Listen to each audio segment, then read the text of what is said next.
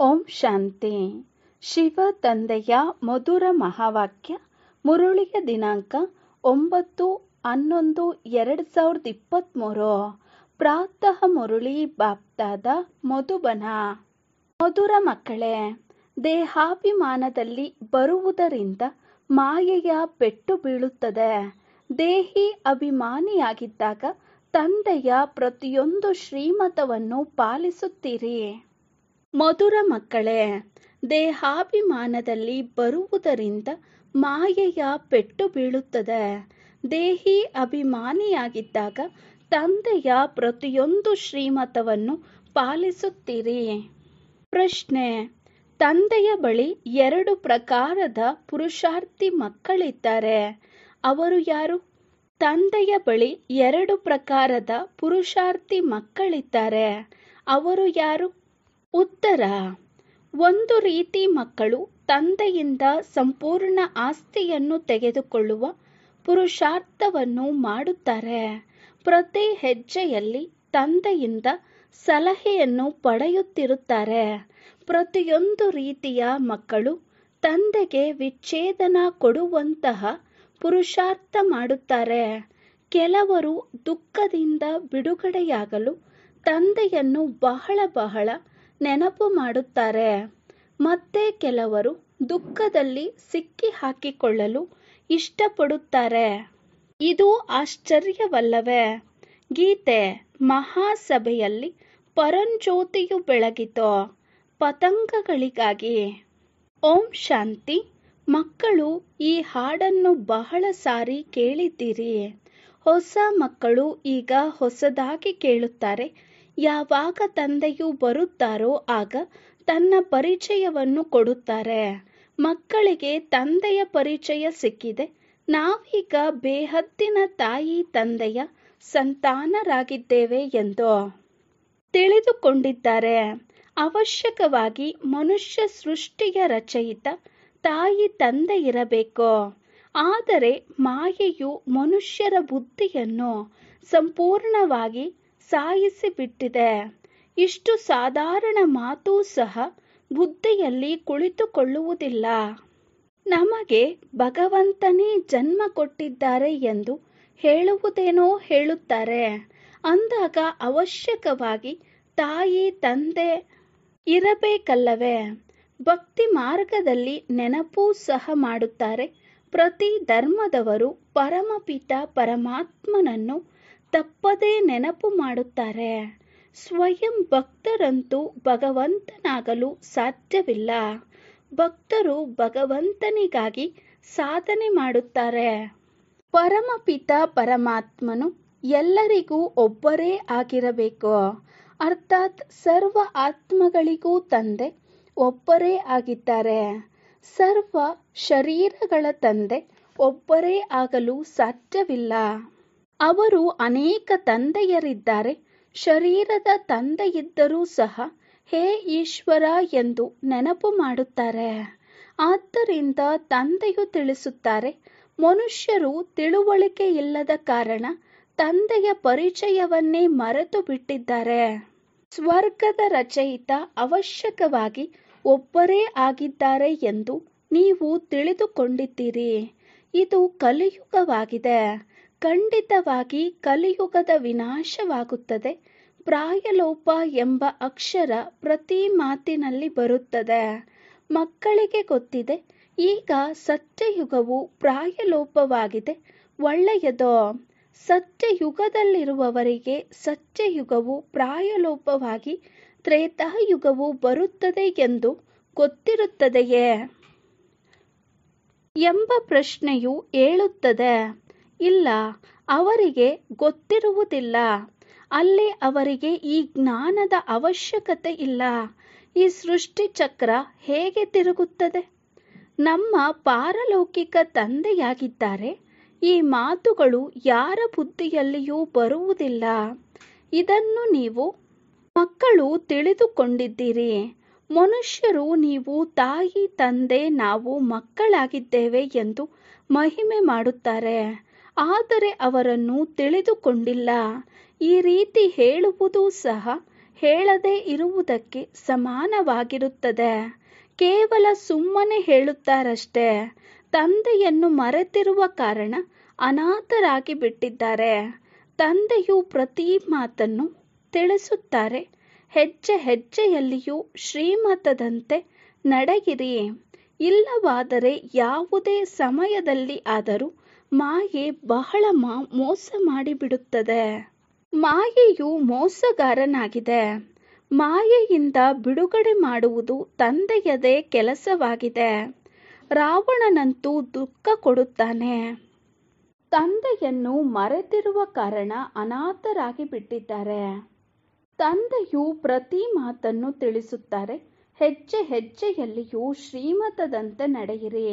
ಇಲ್ಲವಾದರೆ ಯಾವುದೇ ಸಮಯದಲ್ಲಾದರೂ ಮಾಯೆ ಬಹಳ ಮೋಸ ಮಾಡಿಬಿಡುತ್ತದೆ.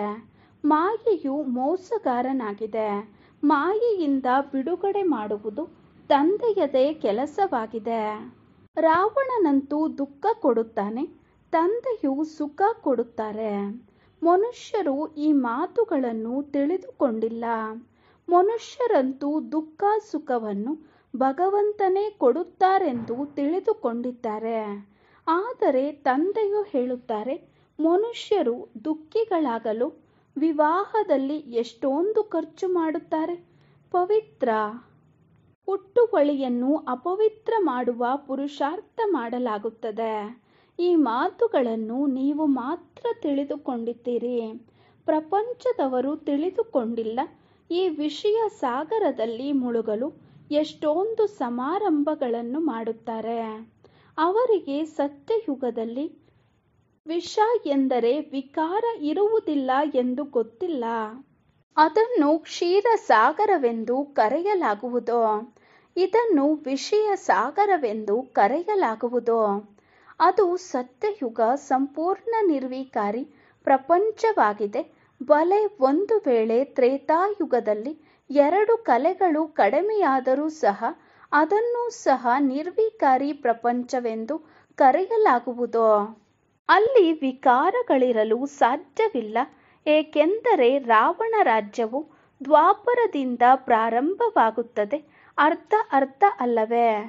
ಜ್ಞಾನಸಾಗರ ಮತ್ತು ಅಜ್ಞಾನ ಸಾಗರ. ಅಜ್ಞಾನದ ಸಾಗರವೂ ಇದೆಯಲ್ಲವೇ? ಮನುಷ್ಯರು ಎಷ್ಟೊಂದು ಅಜ್ಞಾನಿಗಳಾಗಿದ್ದಾರೆ.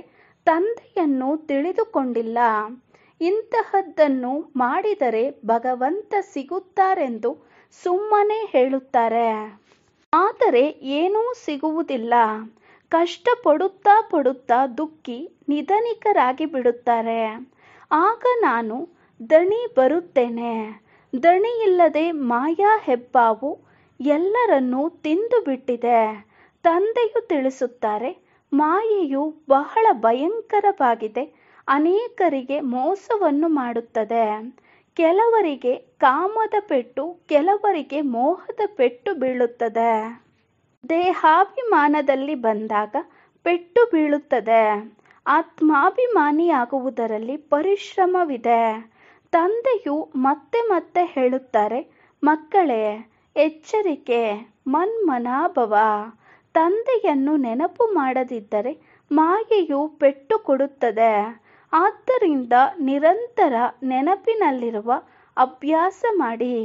ಇಲ್ಲವೆಂದರೆ ಮಾಯೆ ಉಲ್ಟಾ ಕರ್ತವ್ಯವನ್ನು ಮಾಡಿಸುತ್ತದೆ. ನಿಮಗೆ ತಪ್ಪು ಸರಿ ಎಂಬ ಬುದ್ಧಿ ದೊರೆತಿದೆಯಲ್ಲವೇ? ಏನಾದರೂ ಗೊಂದಲವಿದ್ದರೆ ತಂದೆಯನ್ನು ಕೇಳಿ. ದೂರವಾಣಿ ಪತ್ರಗಳ ಮೂಲಕ ಟೆಲಿಗ್ರಾಂನಲ್ಲಿಯೂ ಕೇಳಬಹುದು. ಬೆಳಗ್ಗೆ ಫೋನ್ ತಕ್ಷಣ ಸಿಗುತ್ತದೆ. ಏಕೆಂದರೆ ನಿಮ್ಮನ್ನು ಬಿಟ್ಟು ಬಾಕಿ ಎಲ್ಲರೂ ಮಲಗಿರುತ್ತಾರೆ. ಆದ್ದರಿಂದ ಫೋನ್ನಲ್ಲಿಯೂ ನೀವು ಕೇಳಬಹುದು. ಪ್ರತಿದಿನ ಫೋನ್ ಮೊದಲಾದವುಗಳನ್ನು ಸುಧಾರಣೆ ಮಾಡುತ್ತಿರುತ್ತಾರೆ. ಆದರೆ ಸರ್ಕಾರದಲ್ಲಿ ಬಡತನವಿದೆ. ಆದ್ದರಿಂದ ಅದೇ ರೀತಿ ಖರ್ಚು ಮಾಡುತ್ತದೆ. ಈ ಸಮಯದಲ್ಲಂತೂ ಎಲ್ಲವೂ ನಿಸ್ಸಾರ ಸ್ಥಿತಿಯುಳ್ಳ ತಮೋ ಪ್ರಧಾನವಾಗಿದೆ. ಅದರಲ್ಲಿಯೂ ವಿಶೇಷ ಭಾರತವಾಸಿಗಳಿಗೆ ರಜೋ ತಮೋ ಗುಣವೆಂದು ಏಕೆ ಕರೆಯಲಾಗುತ್ತದೆ? ಏಕೆಂದರೆ ಇವರೇ ಎಲ್ಲರಿಗಿಂತ ಹೆಚ್ಚು ತಮೋ ಪ್ರಧಾನವಾದವರು ಆಗಿದ್ದಾರೆ. ಬೇರೆ ಧರ್ಮದವರು ಅಷ್ಟೊಂದು ಸುಖವನ್ನು ನೋಡಲಿಲ್ಲ, ಅಷ್ಟೊಂದು ದುಃಖವನ್ನು ನೋಡುವುದಿಲ್ಲ. ಈಗ ಅವರು ಬಹಳ ಸುಖಿಗಳಾಗಿದ್ದಾರೆ. ಆದ್ದರಿಂದ ಅವರು ಎಷ್ಟೊಂದು ಧಾನ್ಯಗಳನ್ನು ಕಳುಹಿಸುತ್ತಾರೆ, ಏಕೆಂದರೆ ಅವರ ಬುದ್ಧಿಯು ರಜೋ ಪ್ರಧಾನವಾಗಿದೆ. ವಿನಾಶಕ್ಕೋಸ್ಕರ ಎಷ್ಟೊಂದು ಅನ್ವೇಷಣೆಗಳನ್ನು ಮಾಡುತ್ತಾರೆ. ಆದರೆ ಅವರಿಗೆ ಗೊತ್ತಾಗದ ಕಾರಣ ಅವರಿಗೆ ಬಹಳ ಚಿತ್ರಗಳು ಮುಂತಾದವುಗಳನ್ನು ಕಳುಹಿಸಬೇಕಾಗುತ್ತದೆ. ಒಂದು ದಿನ ಅವರಿಗೂ ಗೊತ್ತಾಗುತ್ತದೆ ಈ ವಸ್ತು ಚೆನ್ನಾಗಿದೆ ಎಂದು. ಕೊನೆಗೆ ತಿಳಿದುಕೊಳ್ಳುತ್ತಾರೆ ಇದರ ಮೇಲೆ ಈಶ್ವರೀಯ ಉಡುಗೊರೆ ಎಂದು ಬರೆಯಲ್ಪಟ್ಟಿದೆ. ಯಾವಾಗ ಆಪತ್ತಿನ ಸಮಯ ಬರುತ್ತದೆಯೋ ಆಗ ಈ ಸಂದೇಶದ ಪ್ರಭಾವ ಬೀರುತ್ತದೆ. ಇದು ನಮಗೆ ಮೊದಲೇ ಸಿಕ್ಕಿತು ಎಂದು ಹೇಳುತ್ತಾರೆ. ಈ ಚಿತ್ರಗಳಿಂದ ಬಹಳ ಉಪಯೋಗವಾಗುತ್ತದೆ. ಪಾಪ ಅವರು ತಂದೆಯನ್ನು ತಿಳಿದುಕೊಂಡಿಲ್ಲ. ಒಬ್ಬ ತಂದೆಯೇ ಸುಖದಾತನಾಗಿದ್ದಾರೆ. ಎಲ್ಲರೂ ಅವರನ್ನು ನೆನಪು ಮಾಡುತ್ತಾರೆ. ಚಿತ್ರಗಳಿಂದ ಚೆನ್ನಾಗಿ ತಿಳಿದುಕೊಳ್ಳಬಹುದು. ಈಗ ನೋಡಿ, ನಿಮಗೆ 3 ಹೆಜ್ಜೆ ಭೂಮಿಯೂ ಸಿಗುವುದಿಲ್ಲ. ಆದರೆ ನಂತರ ನೀವು ಇಡೀ ವಿಶ್ವದ ಮಾಲೀಕರಾಗಿ ಬಿಡುತ್ತೀರಿ. ಈ ಚಿತ್ರಗಳು ವಿದೇಶದಲ್ಲಿ ಬಹಳ ಸೇವೆಯನ್ನು ಮಾಡುತ್ತವೆ. ಆದರೆ ಮಕ್ಕಳಿಗೆ ಈ ಚಿತ್ರಗಳ ಬೆಲೆ ತಿಳಿದಿಲ್ಲ. ಖರ್ಚಂತೂ ಆಗುತ್ತದೆ. ರಾಜಧಾನಿಯನ್ನು ಸ್ಥಾಪನೆ ಮಾಡುವಾಗ ಆ ಸರ್ಕಾರಕ್ಕೆ ಕೋಟ್ಯಾಂತರ ರೂಪಾಯಿಗಳು ಖರ್ಚಾಗಿ ಬಿಡುತ್ತದೆ. ಲಕ್ಷಾಂತರ ಜನ ಸತ್ತಿರಬೇಕು. ಇಲ್ಲಂತೂ ಸಾಯುವ ಮಾತೇ ಇಲ್ಲ. ಇಲ್ಲಿ ಶ್ರೀಮತದಂತೆ ಪೂರ್ಣ ಪುರುಷಾರ್ಥ ಮಾಡಬೇಕು. ಆಗ ಶ್ರೇಷ್ಠ ಪದವಿಯನ್ನು ಪಡೆಯಲು ಸಾಧ್ಯ. ಇಲ್ಲವೆಂದರೆ ಅಂತ್ಯದಲ್ಲಿ ಶಿಕ್ಷೆ ತಿನ್ನುವ ಸಮಯದಲ್ಲಿ ಬಹಳ ಪಶ್ಚಾತ್ತಾಪ ಪಡುತ್ತೀರಿ. ಇವರು ತಂದೆಯೂ ಆಗಿದ್ದಾರೆ, ಧರ್ಮರಾಜನೂ ಆಗಿದ್ದಾರೆ. ನಾನು ಪತಿತ ಪ್ರಪಂಚದಲ್ಲಿ ಬಂದು ಮಕ್ಕಳಿಗೆ 21 ಜನ್ಮಗಳಿಗೆ ಸ್ವರಾಜ್ಯ ಕೊಡುತ್ತೇನೆ. ಒಂದು ವೇಳೆ ನಂತರ ನೀವು ವಿನಾಶಕಾರಿ ಕರ್ತವ್ಯವನ್ನು ಮಾಡಿದರೆ ಪೂರ್ತಿ ಶಿಕ್ಷೆಯನ್ನು ಅನುಭವಿಸಬೇಕಾಗುತ್ತದೆ. ಏನು ಆಗುತ್ತದೆಯೋ ಅದನ್ನು ನೋಡಿಕೊಳ್ಳೋಣ. ಮುಂದಿನ ಜನ್ಮವನ್ನು ಕುರಿತು ಯಾರು ಯೋಚನೆ ಮಾಡುತ್ತಾರೆ ಎಂದು ತಿಳಿದುಕೊಳ್ಳಬಾರದು. ಮನುಷ್ಯರು ದಾನ ಪುಣ್ಯವನ್ನು ಮತ್ತೊಂದು ಜನ್ಮಕ್ಕಾಗಿ ಮಾಡುತ್ತಾರೆ. ನೀವು ಸಹ ಈಗ ಏನು ಮಾಡುತ್ತಿರುವಿರೋ ಅದು 21 ಜನ್ಮಗಳಿಗಾಗಿ ಮಾಡುತ್ತೀರಿ. ಅವರು ಏನು ಮಾಡುತ್ತಾರೋ ಅದು ಅಲ್ಪ ಕಾಲಕ್ಕೋಸ್ಕರ. ಅದರ ಪ್ರತಿಫಲ ನರಕದಲ್ಲಿಯೇ ಸಿಗುತ್ತದೆ. ನಿಮಗೆ ಸ್ವರ್ಗದಲ್ಲಿ ಪ್ರತಿಫಲ ಸಿಗುತ್ತದೆ. ನಿಮಗೂ ಅವರಿಗೂ ಹಗಲು ರಾತ್ರಿಯ ಅಂತರವಿದೆ. ನೀವು ಸ್ವರ್ಗದಲ್ಲಿ 21 ಜನ್ಮಗಳಿಗಾಗಿ ಪ್ರಾರಬ್ಧ ಪಡೆಯುತ್ತೀರಿ. ಪ್ರತಿ ಮಾತಿನಲ್ಲಿ ಶ್ರೀಮತದಂತೆ ನಡೆದಾಗ ನಿಮ್ಮ ಹಡಗು ಪಾರಾಗುತ್ತದೆ. ಮಕ್ಕಳನ್ನು ನಯನಗಳ ಮೇಲೆ ಕೂರಿಸಿಕೊಂಡು ಬಹಳ ಸುಖವಾಗಿ ಕರೆದುಕೊಂಡು ಹೋಗುತ್ತೇನೆ ಎಂದು ತಂದೆಯು ಹೇಳುತ್ತಾರೆ. ನೀವು ಬಹಳ ದುಃಖವನ್ನು ಅನುಭವಿಸಿದ್ದೀರಿ. ಈಗ ನಾನು ಹೇಳುತ್ತೇನೆ, ನೀವು ನನ್ನನ್ನು ನೆನಪು ಮಾಡಿ. ನೀವು ಅಶರೀರಿಯಾಗಿ ಬಂದಿದ್ದೀರಿ. ಈಗ ಪಾತ್ರವನ್ನು ಅಭಿನಯಿಸಿದ್ದೀರಿ. ಈಗ ಮತ್ತೆ ಹಿಂತಿರುಗಿ ಹೋಗಬೇಕು. ಇದು ನಿಮ್ಮ ಅವಿನಾಶಿ ಪಾತ್ರವಾಗಿದೆ. ಈ ಮಾತುಗಳನ್ನು ಯಾವುದೇ ವಿಜ್ಞಾನದ ಅಹಂ ಉಳ್ಳವರು ತಿಳಿದುಕೊಳ್ಳುವುದಿಲ್ಲ. ಆತ್ಮ ಎಷ್ಟೊಂದು ಚಿಕ್ಕ ನಕ್ಷತ್ರವಾಗಿದೆ. ಅದರಲ್ಲಿ ಸದಾಕಾಲ ಅವಿನಾಶಿ ಪಾತ್ರವು ತುಂಬಲ್ಪಟ್ಟಿದೆ. ಇಂದೆಂದಿಗೂ ಸಮಾಪ್ತಿಯಾಗುವುದಿಲ್ಲ.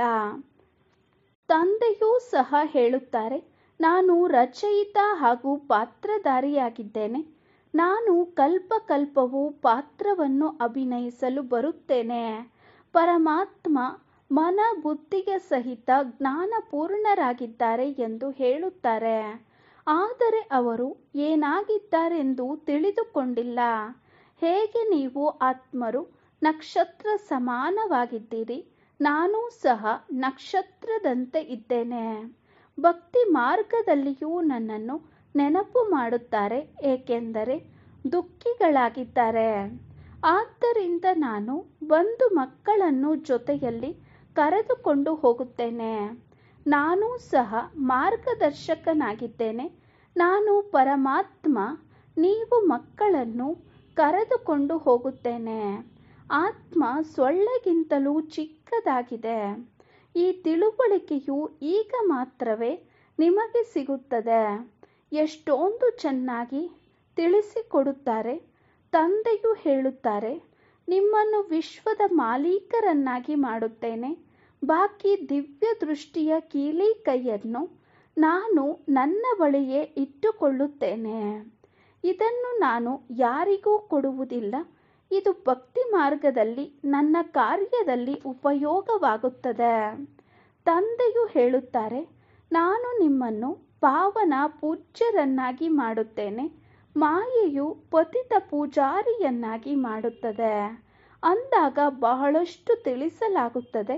ಆದರೆ ಯಾರಾದರೂ ಬುದ್ಧಿವಂತರು ಇದನ್ನು ತಿಳಿದುಕೊಳ್ಳಬೇಕು.